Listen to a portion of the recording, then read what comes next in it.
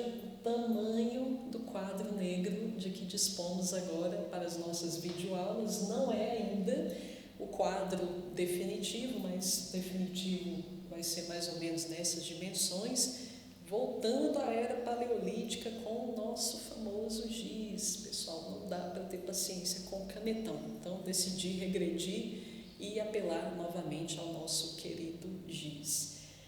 Pessoal, eu gostaria de informar vocês, começar essa videoaula com alguns avisos em relação a como as temáticas no canal tendem a se desenvolver a partir de agora. Eu vou procurar, pessoal, a menos que aconteça algum tipo de imprevisto, mas o meu objetivo, a priori, é postar 3 vídeos no canal por mês, sendo que o primeiro continuará sendo dedicado, o primeiro do mês continuará sendo dedicado ao estudo e análise de personalidades homeopáticas, ou seja, ao estudo de matérias médicas. Segundo vídeo do mês, pessoal, eu procurarei os dedicar à homeopatia contextualizada. O que é isso, Letícia?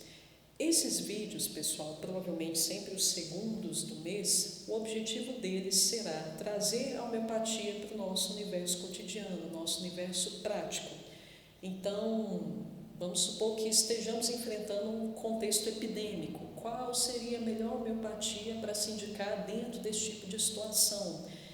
Eu estou com uma praga ali na minha horta, no jardim, tem uma determinada praga que está sendo muito comum no Brasil naquela época, que a homeopatia seria mais indicada para esse tipo de circunstância. Nossa, está tendo um surto aí de animais raivosos, cachorros que saem atacando a população nas ruas, qual homeopatia seria mais adequada para esses animais?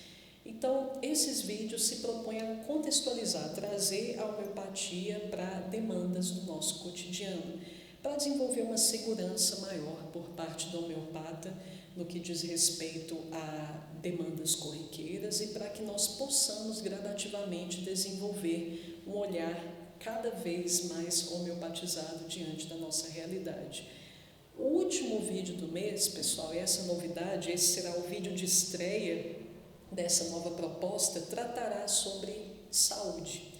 O último vídeo do mês será sobre temas aleatórios girando em torno de saúde, não apenas da manutenção da saúde, mas também para tratar acerca daqueles hábitos nocivos que insistimos em manter, ou ainda hábitos que não mantemos, mas que deveríamos manter para garantir uma saúde cada vez mais intacta, cada vez mais sólida, cada vez mais robusta. Como eu disse, pessoal, esse será o primeiro vídeo do Homeoplace em que eu vou tratar frontalmente de um tema que gira em torno de saúde de uma forma geral.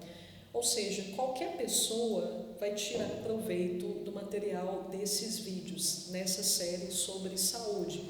Não apenas o estudante de homeopatia, como também o público leigo, de uma forma geral, que não tem base nenhuma em homeopatia. Essas pessoas, mesmo não dispondo dessa base, elas ainda assimilarão o conteúdo dessa série acerca de saúde. O tema inaugural, pessoal, será sobre consumo de álcool.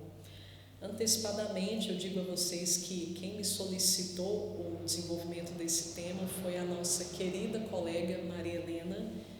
Um grande e forte abraço, colega Maria Helena, porque você trouxe para a pauta de discussão um tema que definitivamente merece muito a nossa atenção.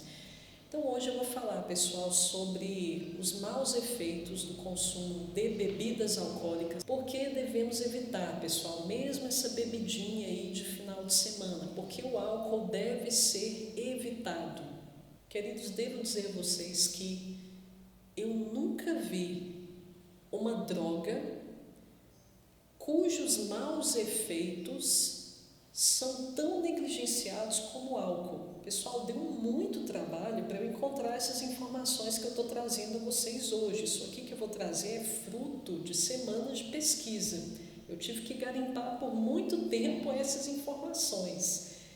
Dada a dificuldade de ter acesso a essas informações, eu pude compreender, eu pude deduzir que provavelmente há uma vista grossa, há uma certa negligência proposital em relação a esse assunto. Então, provavelmente, querem enxergar essa realidade, que é uma realidade pesada, como vocês vão chegar à conclusão.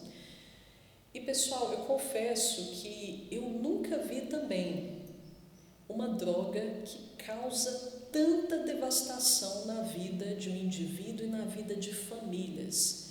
Eu fiz um levantamento, pessoal, da minha agenda de clientes atual, e eu afirmo a vocês sem exagero nenhum que mais de 80% dos meus clientes sofrem de forma direta ou indireta dos maus efeitos do álcool.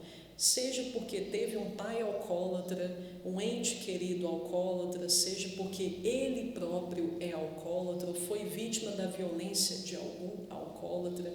Contanto que o álcool, pessoal, é uma constante na biografia dos indivíduos traumatizados. O álcool é sempre ali um protagonista direto ou indireto de algum evento traumático da vida das pessoas de uma forma geral.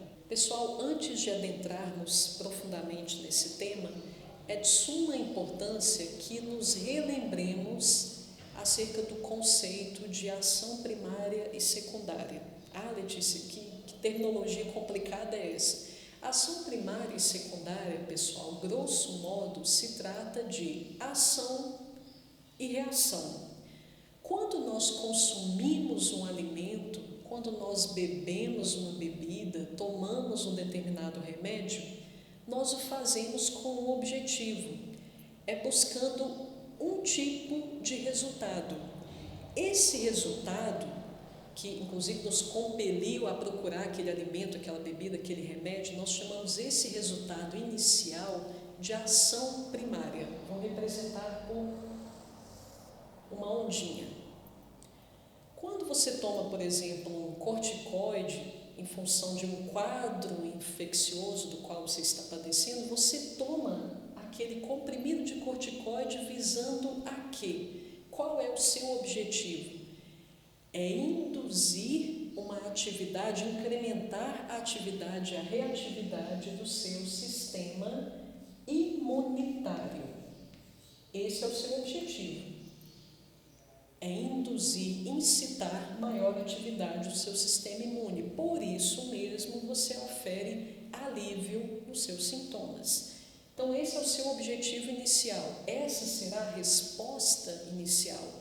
Quando você toma um café com o intuito de se manter acordado, esse ato de acordar, estar mais desperto, mais atento, mais focado, com a sua mente criativa a 1000 por hora, essa é a ação primária, é por isso que você tomou café.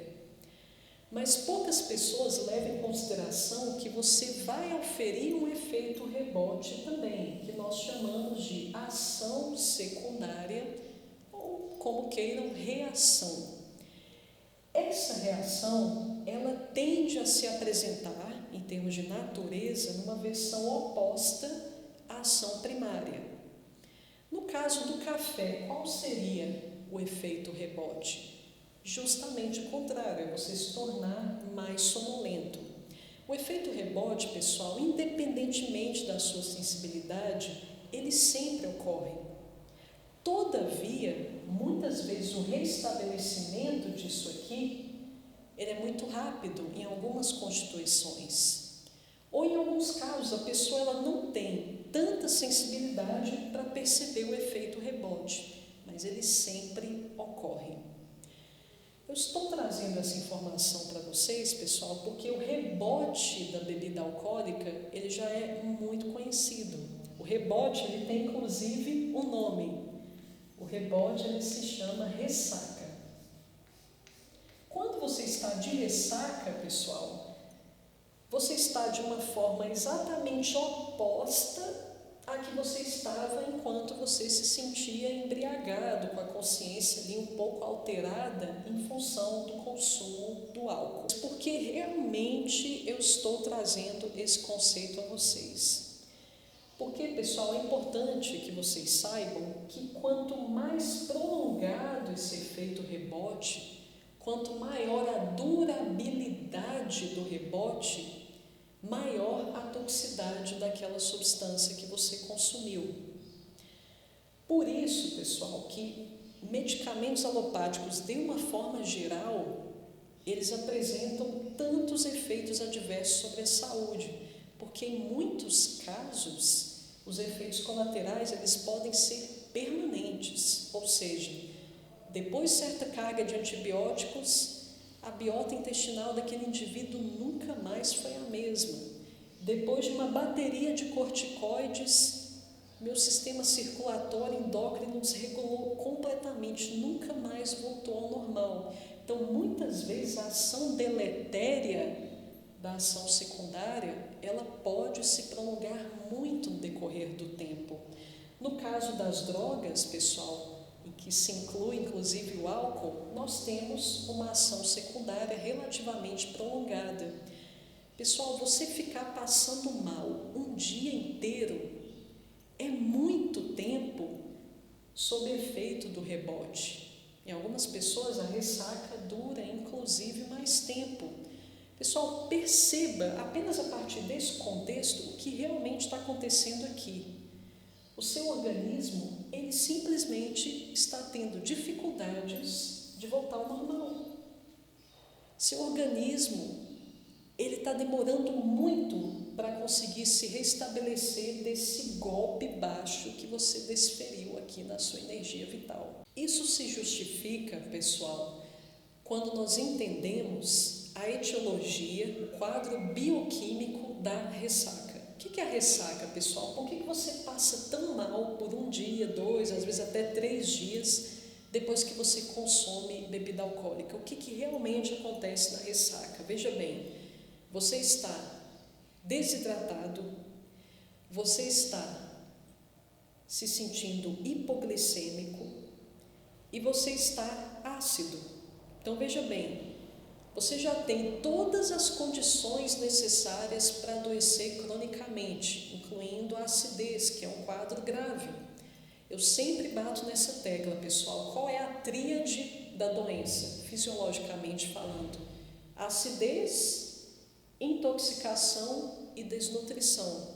Você já tem um pilar ali muito bem consolidado, que é a acidez. Sempre digo aos meus clientes, pessoal, não existe micose que se desenvolve em ambiente alcalino. Não existe virose que se ambienta num pH alcalino.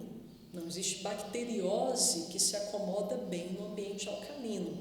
A maior parte das patologias, incluindo tumores malignos e companhia limitada, vão precisar de um ambiente ácido para se desenvolver. Então, o que é a ressaca? É um quadro de hipoglicemia acentuado, acidez e desidratação. Pessoal, de agora para frente, a lista de sequelas ela é muito extensa. Eu vou começar aqui pela sequela, possivelmente a mais grave, porque ela vai funcionar como gatilho para diversos transtornos, patologias oportunistas.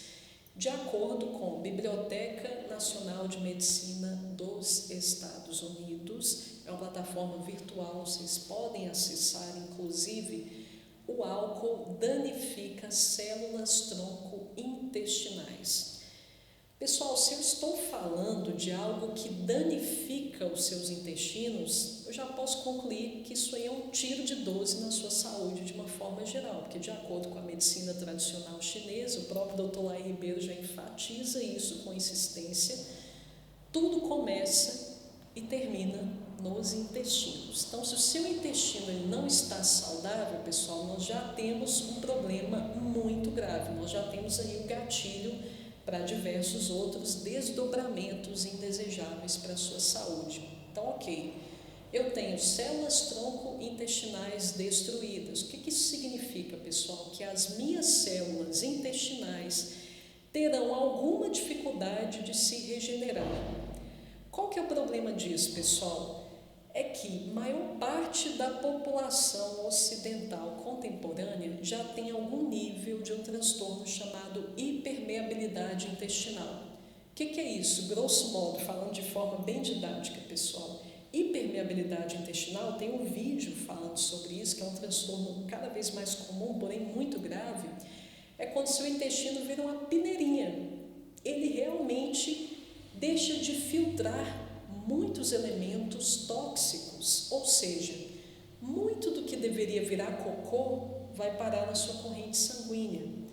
E veja bem, pessoal, por que será? Qual que é a correlação entre hipermeabilidade intestinal, que é essa situação que eu acabei de descrever a vocês, e transtornos imunes e autoimunes que estamos vendo com cada vez mais frequência hoje em dia? Veja bem, vai parar um elemento esquisito ali na sua corrente sanguínea. Aí os seus anticorpos olham para aquela substância e vê alguma semelhança entre aquele lixinho que caiu na sua corrente sanguínea e as células dos seus músculos e ataca aquele elemento estranho e a célula dos seus músculos. Ou seja, nós podemos ter um gatilho para fibromialgia, ou ainda, seus anticorpos olham para aquilo ali, para aquela coisa esquisita, comparam com as células da sua tireoide, começa a atacar simultaneamente o antígeno e as células da sua tireoide. Então, pessoal, isso é gravíssimo, sem falar nas perdas em termos de qualidade do seu microbioma intestinal, ou seja, muitas bactérias do bem que garantem a sua imunidade, saúde emocional, assimilação nutricional serão prejudicadas. Então, pessoal, nós temos aqui uma reação em cadeia. Ainda, pessoal, voltando às estatísticas, pessoas que consomem álcool com frequência, elas têm uma chance muito maior de desenvolver cânceres, tumores malignos de uma forma geral no aparelho gastrointestinal. Estou falando também, pessoal, de úlceras. Estou falando também de um transtorno cada vez mais comum, super incômodo, pessoal, que são as hemorroidas. Quem bebe com mais frequência também é mais suscetível a desenvolver hemorroidas. Consumo de álcool, pessoal, ainda afeta o pâncreas, gerando uma possibilidade de desenvolvimento de pancreatite, porque o pâncreas, pessoal, em contato ali com o álcool, ele se vê compelido a uma liberação maior de enzimas digestivas. Isso, pessoal, pode ter inúmeras consequências. Você pode desenvolver um quadro de hipo ou hiperglicemia. O seu fígado, não tem nem como, pessoal, deixar de mencionar o fígado. Eu ia deixar mais para o final, porque todo mundo já sabe quais são as consequências das bebidas alcoólicas sobre o fígado. Mas o fígado, pessoal, é ele o responsável pela metabolização da bebida alcoólica, efetivamente, do álcool contido ali na bebida. Então, ele vai transformar aquele veneno em algo assimilável para o seu organismo. Ele vai amenizar um pouco a toxicidade daquele negócio ali que você acabou de consumir. Só que as pessoas que consomem com muita frequência, pessoal, elas passam a exigir muito mais do fígado. Então, o fígado, pessoal, ele passa a enfrentar maiores dificuldades para desintoxicar o seu organismo. Quais são as repercussões disso, pessoal? Se eu estou com dificuldade de me desintoxicar, eu posso deduzir que o que está sobrando mais no meu organismo, bioquimicamente falando, são íons positivos, são radicais livres, como queiram. Radicais livres, pessoal, são os responsáveis por envelhecimento precoce, envelhecimento das células. Eles são responsáveis pelo chamado estresse oxidativo. Talvez por isso mesmo, pessoal, está tão difícil a gente ver gente bonita hoje em dia. Pessoal, o consumo de bebida alcoólica, ele tem se iniciado numa faixa etária cada vez mais precoce. Tenho ouvido falar de pessoas que começaram a beber com 10 anos de idade, o primeiro contato com a cerveja com 11 anos de idade, 12 anos, pessoal, isso é um absurdo tremendo. Eu fiquei chocada quando eu soube desses dados, mas infelizmente eu acredito que seja uma realidade tangível para a maioria de vocês.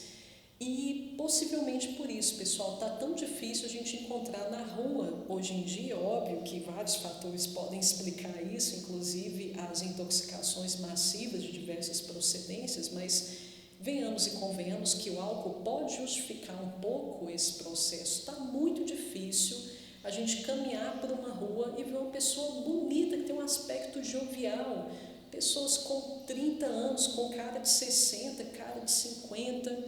Hoje em dia, a pessoa só fica mais ou menos vistosa se ela estiver muito maquiada. Eu falo que as mulheres colocam a massa corrida no rosto para dar conta do recado.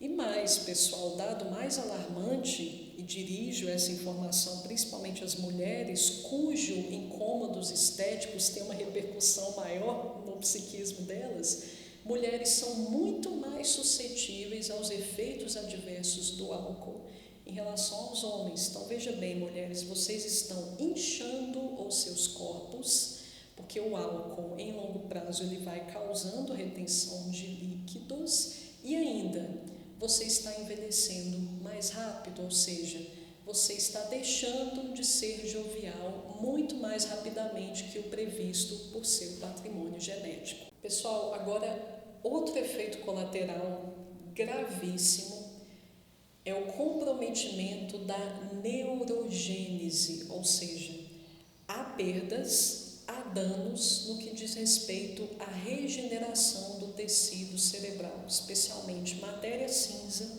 e matéria branca.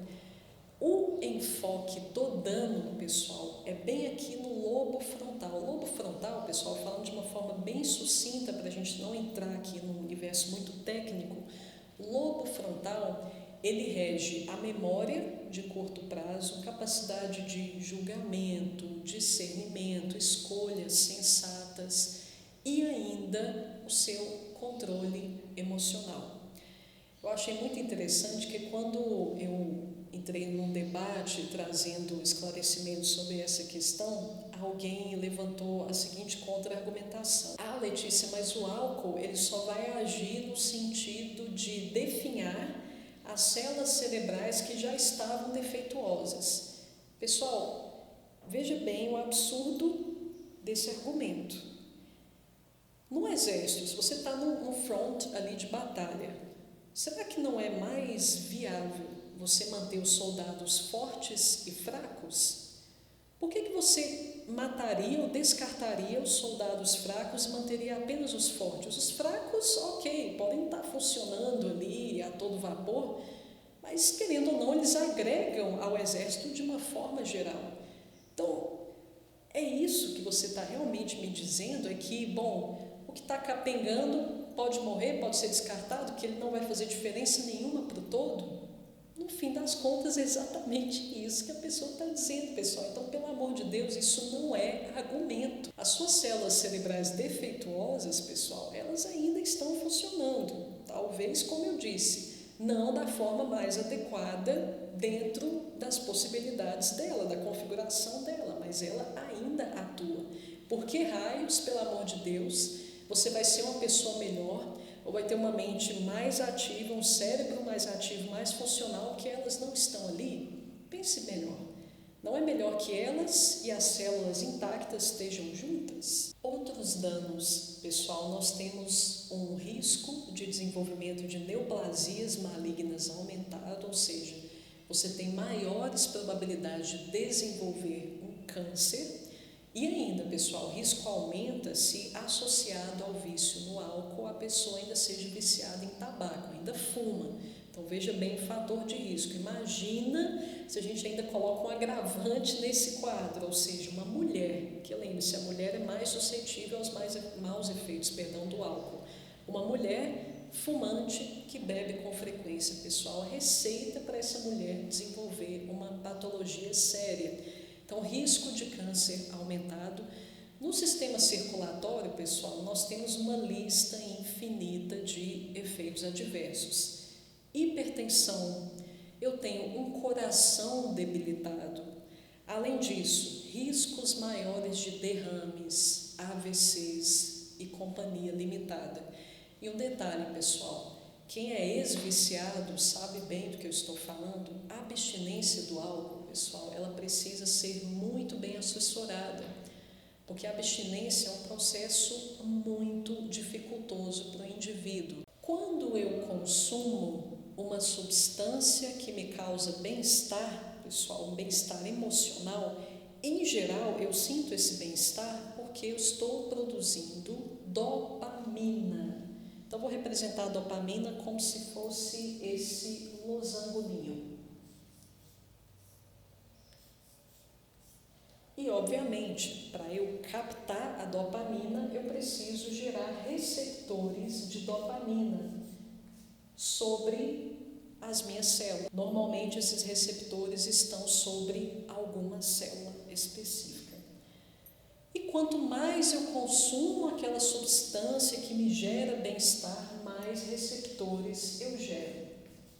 Mais fechaduras precisando de suas respectivas chaves eu vou gerar. Mas vamos supor que por alguma razão naquele dia eu não consumo a quantidade de açúcar que eu consumo habitualmente. Vamos supor que eu me negue a tomar o meu copo de cerveja naquele dia. Venhamos e convenhamos que os receptores não receberão sua dopamina habitual. Haverá muitas fechaduras aqui sem as suas respectivas chaves. Como o seu cérebro interpreta tantos receptores vazios? O cérebro começa a entender que você está estressado. Por isso ele aumenta agora a produção de cortisol.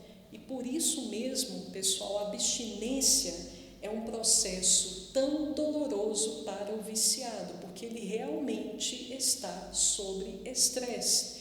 E é por isso também, pessoal, que o viciado sente uma necessidade cada vez maior de consumir aquela droga, porque há muitos receptores que foram criados precisando de suas respectivas chaves. Pessoal, uma curiosidade. Eu não sei se vocês sabem o que é o BAC, a sigla BAC. Isso aqui do inglês, pessoal, Blood Alcohol Content, ou seja, quantidade de álcool no sangue. Você já tem álcool circulando no seu sangue. Isso aqui, pessoal, quanto mais alto o BAC no indivíduo, mais sensível ele é ao álcool. Para quem estuda homeopatia, é importante que vocês saibam que normalmente as personalidades arsenicoso e as personalidades nux vomica, especificamente, tendem a apresentar um BAC elevado. É por isso, pessoal, que os arsenicosos e nux tendem a passar tão mal com álcool, porque os níveis já estão lá em cima, já estão elevados. Eu ainda trago mais bebida alcoólica para dentro, ainda trago mais álcool para dentro, então é óbvio que eu vou passar muito mal.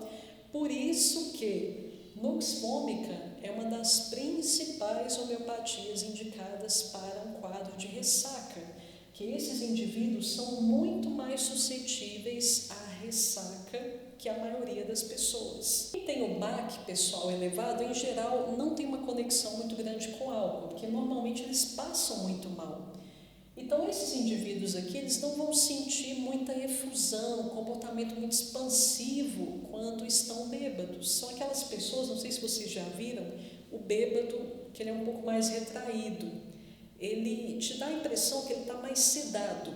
Provavelmente essa pessoa tem um BAC alto. Agora, aqueles indivíduos que fazem aquela arruaça, ficam risonhos, alegres, normalmente o BAC é mais baixo.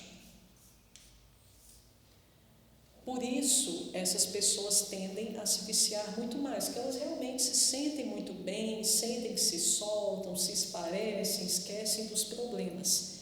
Esses indivíduos aqui não.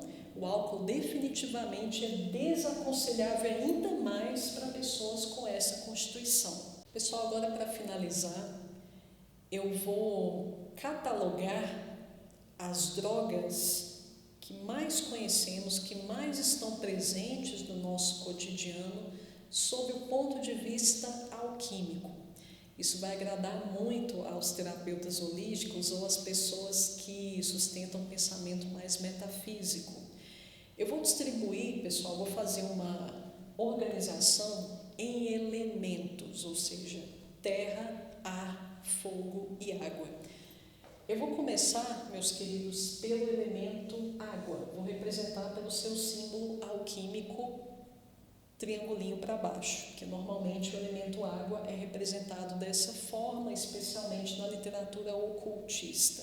Vou representar o elemento ar também com o seu símbolo alquímico, triângulo para baixo com risquinho, o elemento terra, triângulo para cima, cortadinho também, e por fim vou representar o elemento fogo, triângulo para cima. Isso de acordo com o raciocínio alquímico, pessoal. Porque é tão importante começarmos a desenvolver esse tipo de raciocínio. É daqui, pessoal, que parte a base de desenvolvimento dos 4 temperamentos humanos: sanguíneo, colérico, melancólico, fleumático. É uma consequência do entendimento das atribuições dos elementos. Nós podemos entender os miasmas sob esse prisma. Eu falo bastante a respeito disso, faço essa correlação entre miasmas e elementos no meu curso Calcários e a Força Interior. Na primeira aula, quem assistiu lembra exatamente quando eu atribuo cada miasma ao seu respectivo elemento. Isso ajuda muito a entender a essência dos miasmas. E também, pessoal, podemos correlacionar os elementos em sua forma alquímica a drogas, estímulos específicos. Por exemplo, nós podemos atribuir, pessoal, podemos encaixar cannabis, maconha, no elemento água. Cannabis, independentemente, pessoal, de eu estar me referindo a indica ou a sativa. Por que, pessoal, eu coloco a cannabis aqui? Que tipo de raciocínio de dedução me permite com propriedade colocar a cannabis aqui? Porque a busca da pessoa que é viciada em cannabis, ou que tem uma conexão muito forte com a cannabis, é pelo elemento água. É o elemento água do qual ela está sedenta. Quando nós analisamos, pessoal, a matéria médica, a personalidade de cannabis, nós entendemos que há uma extrapolação da sensorialidade, ou seja, a pessoa enxerga mais cores, sente mais cheiros, sentidos estão exaltados de uma forma geral. E mais, a pessoa aprecia o contato com os outros, a interação com os demais, aprecia o acolhimento, o relaxamento. Essa pessoa quer se deixar ir, ela quer deitar na sua rede, sentir a brisa do mar. São atribuições típicas do elemento água, que também traz a energia maternal. Mas, por que a gente sabe que isso aqui vai ser a ruína da pessoa? Por que ninguém pode se viciar em cannabis realmente, pessoal? Porque não existe vida possível na rede, única e exclusivamente na rede, na cama, na brisa de praia. Nós temos responsabilidades a cumprir. Nós precisamos ser mais proativos na maior parte do nosso dia. Isso aqui não é sustentável em longo prazo, pessoal. Por isso que, principalmente, quando eu acompanho um homem que está muito conectado a cannabis, eu digo, veja bem, você preza muito pela sua virilidade, mas com o passar do tempo, você vai perceber que você vai ficar mais frouxo se você continuar usando isso aqui. Porque isso aqui tira todo o seu senso combativo. Água, pessoal, energia materna, ninho, acolhimento, relaxamento, isso aqui não tem nada a ver com proatividade. Por isso é tão perigoso o uso progressivo de cannabis, porque remove a sua ambição, o seu senso de combate, de conquista. Então, homens, principalmente, atentem para os exageros no que diz respeito a cannabis.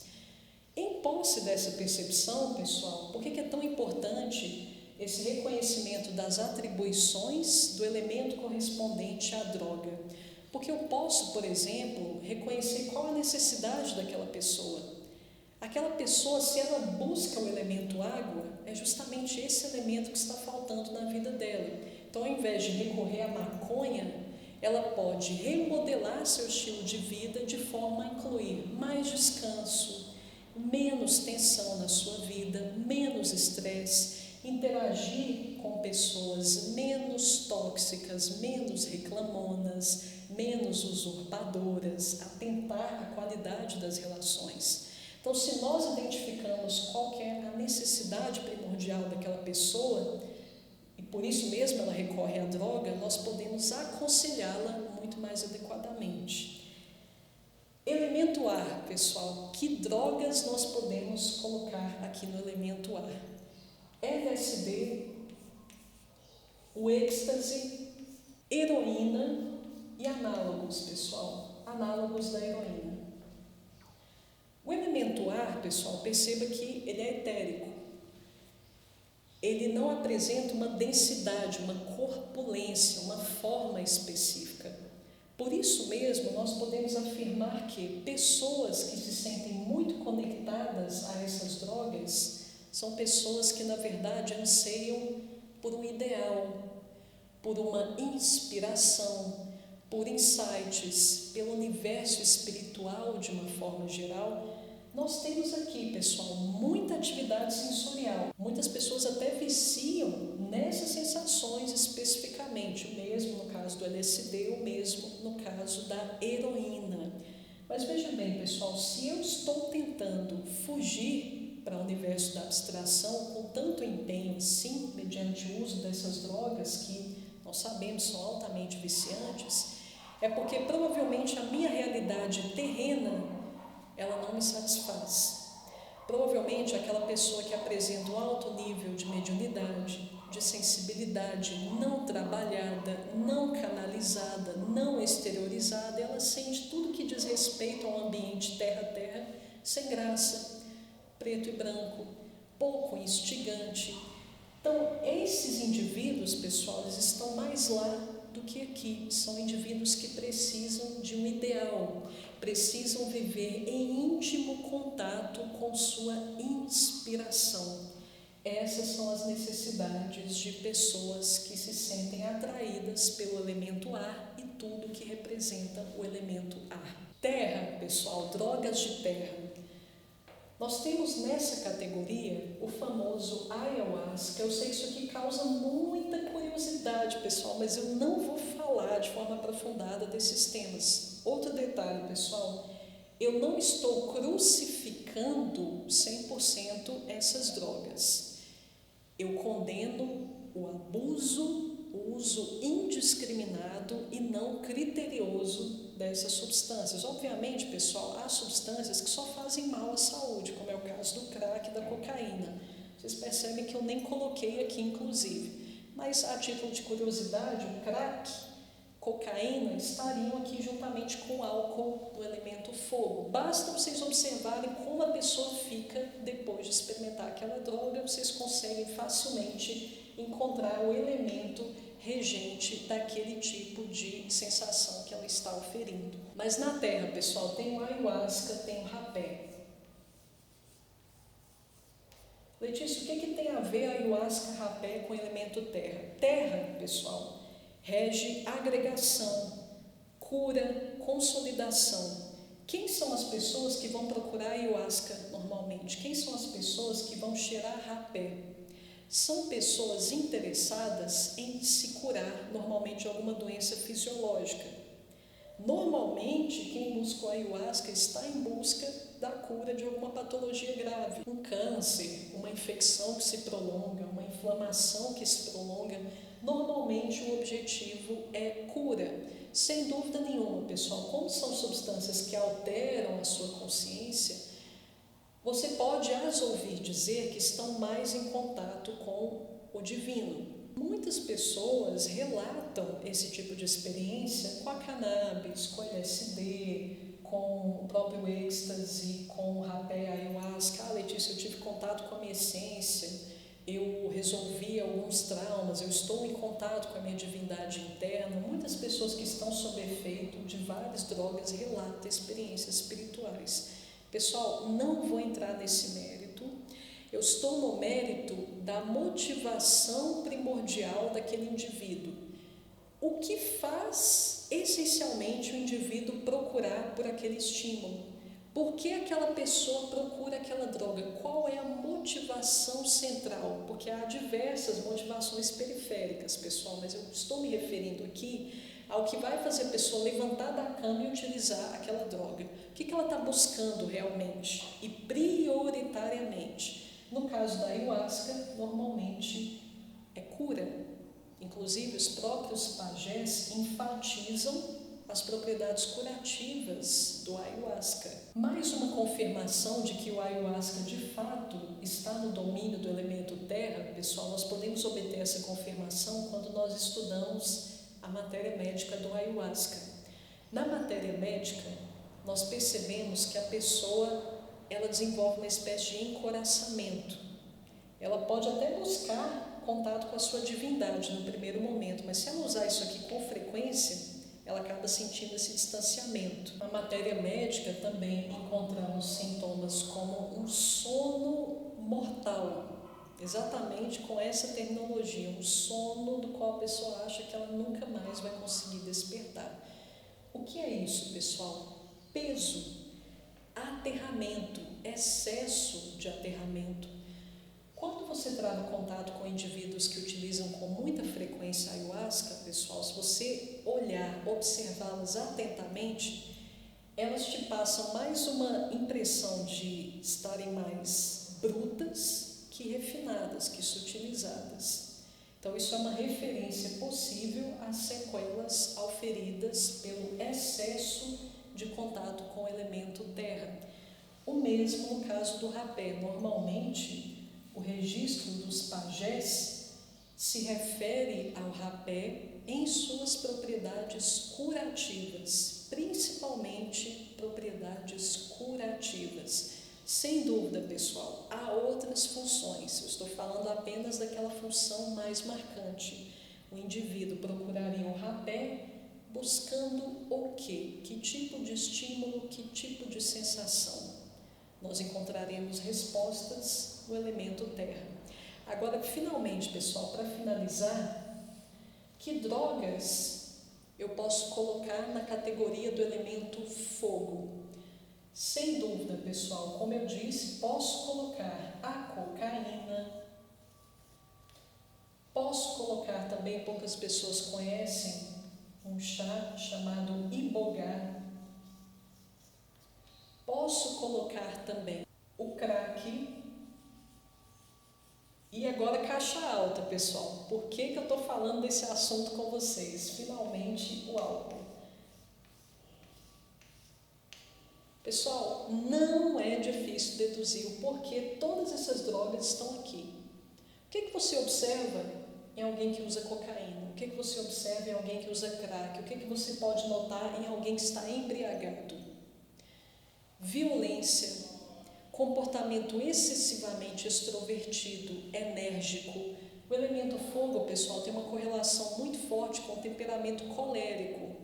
Como o próprio nome já nos leva a deduzir, pessoal, são pessoas muito temperamentais, são pessoas explosivas, que estouram com facilidade, mas há um traço que eu gostaria de salientar aqui que diz respeito aos domínios do elemento fogo, pessoal, que é a autoconfiança. Pessoal, o bêbado, ele é destemido. O bêbado, se ele não tinha coragem de bater naquela pessoa, de agredir aquela pessoa fisicamente, depois que ele está embriagado, provavelmente aquele é o encorajamento que ele precisava para colocar em prática a agressão física. Então, nós temos de forma muito marcante o incremento da autoconfiança. Por que eu enfatizo isso, pessoal? Porque provavelmente a maior busca do alcoólatra é pela autoconfiança.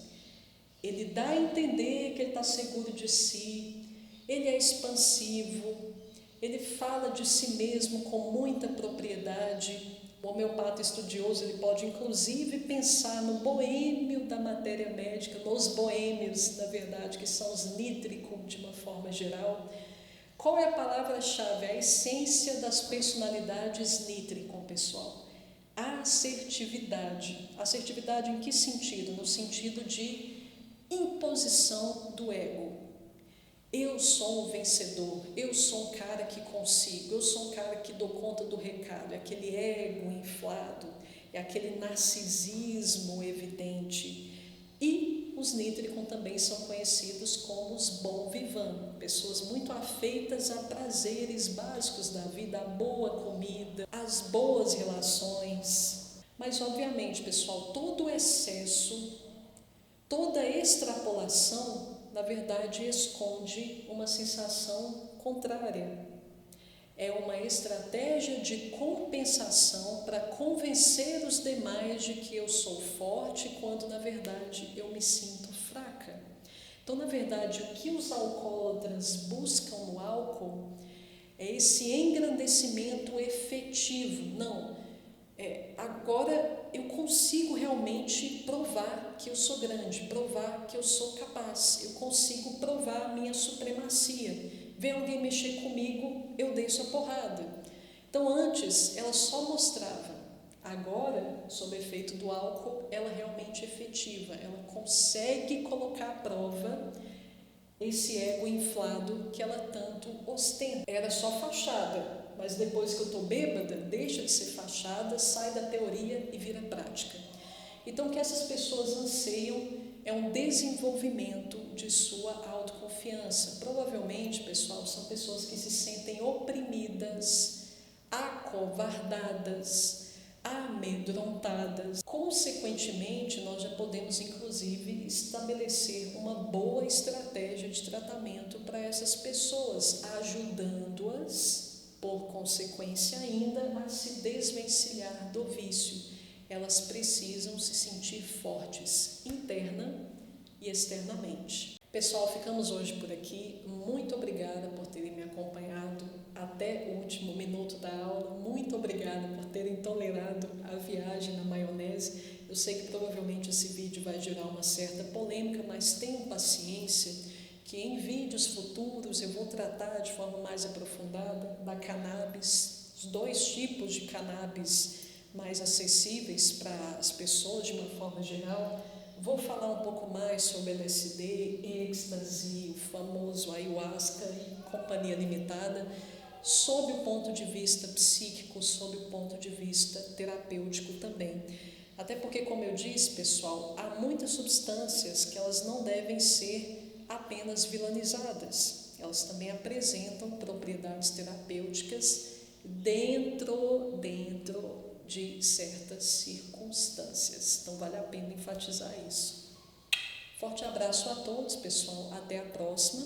Agora sim, no próximo vídeo nós vamos tratar sobre coronavírus. Até a próxima.